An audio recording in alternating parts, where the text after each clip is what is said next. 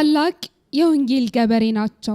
መናፍቃንን ለመዋጋት እንዲሁም የተሐድሶ እንቅስቃሴን ለማጥፋት አባታዊ ድርሻቸውን ሲወጡ የቆዩ ነገር ግን ጥር 14 ቀን 2015 ዓ.ም የቅድስት ቤተክርስቲያንን ቀኖና በመጣስ ሕገ ቤተክርስቲያንን በማፍረስ የራሳቸውን ሲኖዶስ አቋቁመው ከ25 በላይ መነኮሳትን በገዛ ፍቃዳቸው በመሾም ለብዙ ውዝግቦችና ችግሮችም ምክንያት ሆነው ነበር።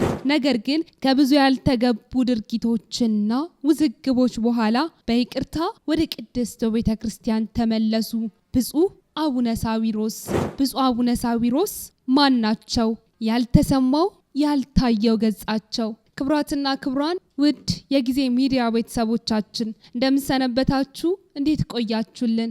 ሰላም እግዚአብሔር ከእናንተ ጋር ይሁን። እንግዲህ በዛሬው በምንገልጥላችሁ የብፁዓን አባቶች ገጽም የብፁዕ አቡነ ሳዊሮስን የህይወት ምዕራፋቸውን ልናስቃኛችሁ ወደድን። ወደ ዝግጅታችን እንለፍ።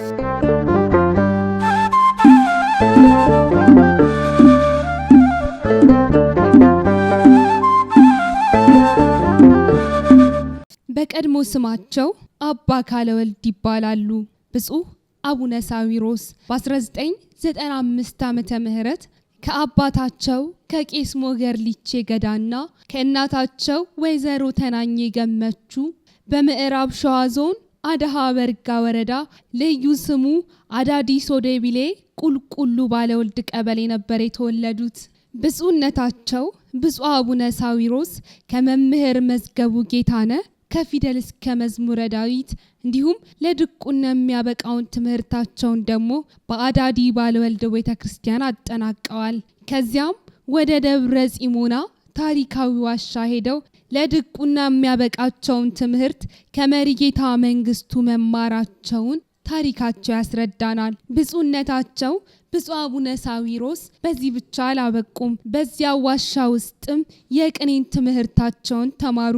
ከዚያም ወደ እንጭኔ ኪዳነ ምህረት በመሄድ የዜማ ትምህርትን ከመምህር መዝገቡና ከአዲስ ቤተ ማርያም አጥንተው ጠንቅቀው አወቁ። ኋላም ወደ ደብረ ጺሞና ዋሻ ተመልሰው ቅኔን እያንዳንዱን ተምረው ጠንቅቀው አውቀው ጨርሰዋል። ከዚያም ወደ ኪቶ ቅዱስ ሚካኤል ሄደው የሐዲስ ኪዳን ትርጓሜም ተምረዋል። ብፁዕ አቡነ ሳዊሮስ። ብፁዕነታቸው ብፁዕ አቡነ ሳዊሮስ በዚህ ብቻ አያበቁም። በዘመናዊ ትምህርታቸውም እጅግ ጠንካራ ተማሪ ነበሩ። በዘመናዊ ትምህርት የሁለተኛ ደረጃ ትምህርታቸውን በአዲስ አበባ ከተማ በሚገኘው ምስካየ ሕዙናን ትምህርት ቤት አጠናቀዋል። ብፁዕነታቸው ብፁዕ አቡነ ሳዊሮስ ድቁናን የሸዋ ሀገረ ስብከት ሊቀ ጳጳስ ከነበሩት አባ ጎርጎሪዎስ እንዲሁም ምንኩስናን በደብረ ሊባኖስ ዋሻ ቅስናን ደግሞ ከብፁዕ አቡነ ሚካኤል እጅ ተቀብለዋል። ብፁዕነታቸው ብፁዕ አቡነ ሳዊሮስ እነዚህን ትምህርቶች ከመማራቸውም በላይ ይህንን እውቀት ለሰጠቻቸው ቅድስት ቤተክርስቲያን በብዙ አገልግለዋታል። በሰበታ ጌቴሰማኒ ገዳም ውስጥ ከ2 ዓመታት በላይ ያገለገሉ ሲሆን የጅማ ሀገረ ስብከት ሊቀ ጳጳስ በሰበታ ጌቴሰማኒ ገዳም ውስጥ ከ2 ዓመታት በላይ አገልግለዋል። እንዲሁም ነሐሴ 22 ቀን 1997 ዓመተ ምህረት በብፁዕ ቅዱስ አቡነ ጳውሎስ ፓትርያርክ በአንብሮተ እድ ሲመተ ጵጵስናን ከተሾሙ በኋላ የጅማ ሀገረ ስብከት ሊቀ ጳጳስ ሆነውም ለ1 ዓመት ከ6 ወር አገልግለዋል። እንዲሁም ለ14 ዓመታት በምስካየ ሕዙናን ዋሻም በካህንነት አገልግለዋል። ብፁዕነታቸው ብፁዕ አቡነ ሳዊሮስ የነጌሌ ቦረና ሊቀ ጳጳስ በመሆንም የመሩ ሲሆን በተጨማሪም በ2008 ዓመተ ምህረት በተደረገው የቅዱስ ሲኖዶሱ ምዕላተ ጉባኤ ከ2009 ዓመተ ምህረት ጀምሮ የቅዱስ ሲኖዶስ ዋና ጸሐፊ ሆነውም አገልግለዋል። ብፁዕ አቡነ ሳዊሮስ በሌሎች ሀገራዊ ቋንቋዎች ከሚያስተምሩ ብፁዓን አባቶችም አንዱ ናቸው። ብፁዕ አቡነ ሳዊሮስ በአፋን ኦሮሚኛ በማስተማር ከሚታወቁ አባቶች መካከልም አንዱ ናቸው። እንደውም በዚህ አገልግሎታቸው በምዕራብ ሸዋ እስከ ገጠር ድረስ በመሄድ የስብከተ ወንጌል ክፍል በመግባት ምዕመናንን በማበረታታት በአፋን ኦሮሚኛም በማስተማርና ደቀ መዛሙርትን በማፍራት ቤተክርስቲያን ቅድስት ቤተ ክርስቲያን ዕውቀትን በሁሉም ቋንቋ የምትሰጥ ቤት መሆኗን አሳይተዋል። ብፁዕነታቸው ብፁዕ አቡነ ሳዊሮስ እነዚህን አገልግሎቶች ለቅድስት ቤተ ክርስቲያን ከማድረጋቸው ባሻገር ጥር 14 ቀን 2015 ዓመተ ምህረት ደግሞ በቅድስት ቤተ ክርስቲያናችን ታሪክ ተደርጎ ማያውቅ ያልሆነ ድርጊትና ተግባርን ፈጸሙ። ከቅድስት ቤተ ክርስቲያን ስርዓት ውጪ በሆነ መልኩ ሕገ ቤተ ክርስቲያንን፣ ቀኖና ቤተ ክርስቲያንንና አስተዳደራዊ ጥሰትን በመፈጸም በገዛ ፍቃዳቸው በደቡብ ምዕራብ ሸዋ ሀገረ ስብከት በሶዶ ዳውጭ ወረዳ ባህሮ ባለወልድ ቤተ ክርስቲያን ሕገወጥ ሲመተ ጵጵስናና ሹመትም ሰጥተዋል። ይህንን የብፁዕነታቸውንም ድርጊት ቅድስት ቤተ ክርስቲያን እንዲሁም ሕዝበ ምእመኑ በብርቱ ተቃውሞት ነበር። ሕገወጥ ሹመትና ቀኖና ቤተ ክርስቲያንን እንዲሁም ሕገ ቤተ ክርስቲያንን የጣሰ በመሆኑም ቅድስት ቤተ ክርስቲያን ተቀባይነት የሌለው ሹመት ስትልም ጠርታዋለች።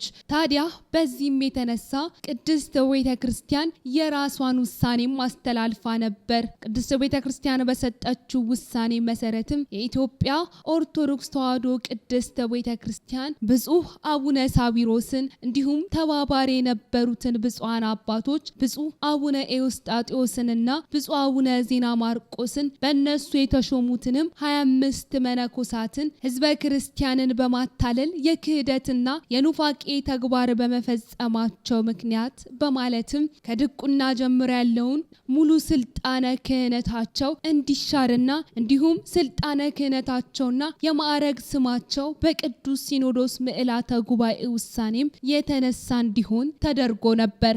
ነገር ግን ብፁዕ አቡነ ሳዊሮስን ጨምሮ ሌሎቹም ሁለቱ ብፁዓን አባቶችም ያደረጉት ስህተት ገብቷቸው የፈጸሙትም የቀኖና ጥሰት ከቅድስት ቤተ ክርስቲያን ስርዓትና ሕግ ውጪ መሆኑንም ተረድተው ይቅርታ በመጠየቅ ወደ ቅድስት ቤተ ክርስቲያናቸውም ተመልሰዋል። ታዲያ በአሁኑ ሰዓትም የሸገር ከተማ